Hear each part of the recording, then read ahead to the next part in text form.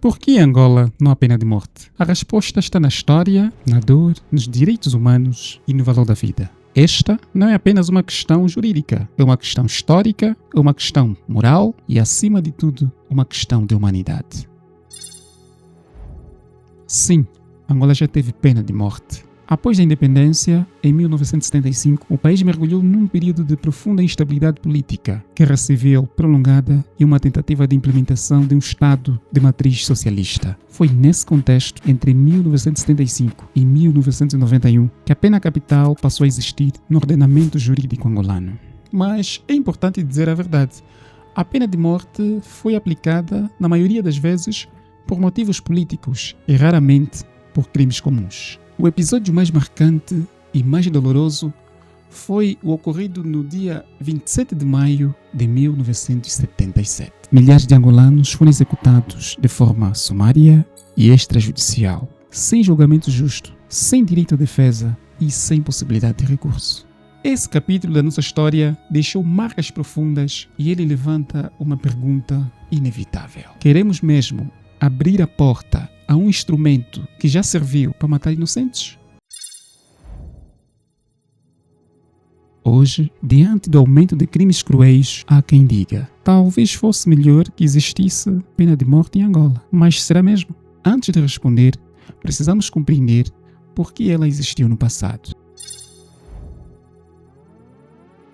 Durante o período de guerra, várias leis previam a pena capital. A lei número 4/77, de 25 de fevereiro, previa a pena de morte para o crime de mercenarismo. A lei número 3/78, de 25 de fevereiro, previa a pena de morte por fuzilamento para crimes de extrema gravidade contra a ordem pública. A lei número 7/78, de 26 de maio, previa a pena capital para crimes contra a segurança do Estado, como traição, espionagem e sabotagem. Essas leis existiam por duas razões principais. O país estava em guerra e o Estado buscava elementos de repressão e dissuasão. Angola seguia uma matriz socialista e, historicamente, regimes desse tipo mantêm a pena de morte.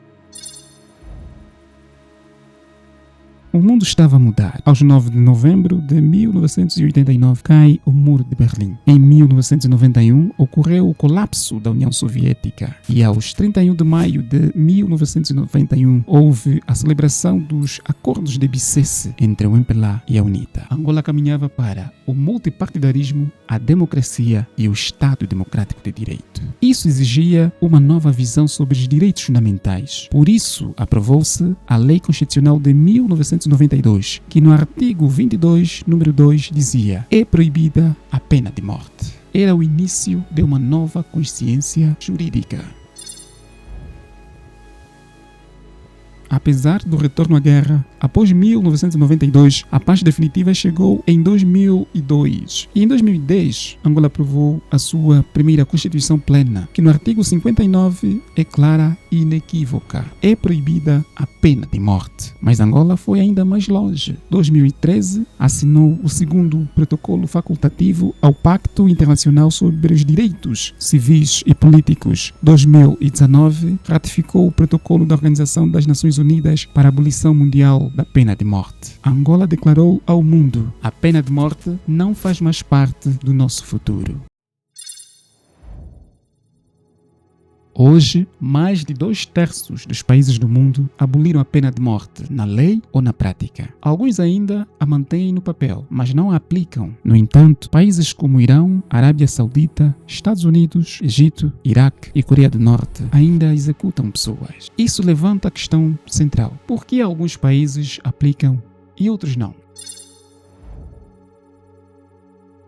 A abolição da pena de morte não é moda, é evolução jurídica e moral. Os principais fundamentos são a inviolabilidade do direito à vida, erro judicial irreversível, proibição da tortura e tratamentos cruéis, função reeducadora da pena. Uma vez executada uma pessoa, não há como corrigir o erro. Além disso, a pena de morte não reduz a criminalidade. Países que a aplicam continuam a ter crimes violentos, há forte seletividade penal, pobres, minorias e opositores políticos são os mais atingidos. Cesare Beccaria dizia: o Estado não tem o direito de tirar a vida porque ninguém lhe concedeu esse direito no contrato social.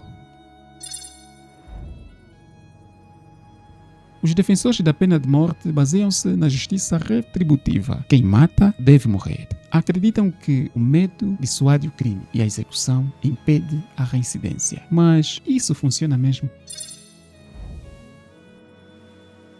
Nós defendemos claramente a abolição da pena de morte é a mais justa e a mais segura. O jurista Ronald Dworkin alerta: executar um inocente é a falha suprema da justiça. Além disso, a vida humana não pode ser usada como meio de intimidação social. Existem meios não letais, mais eficazes e mais humanos para combater o crime.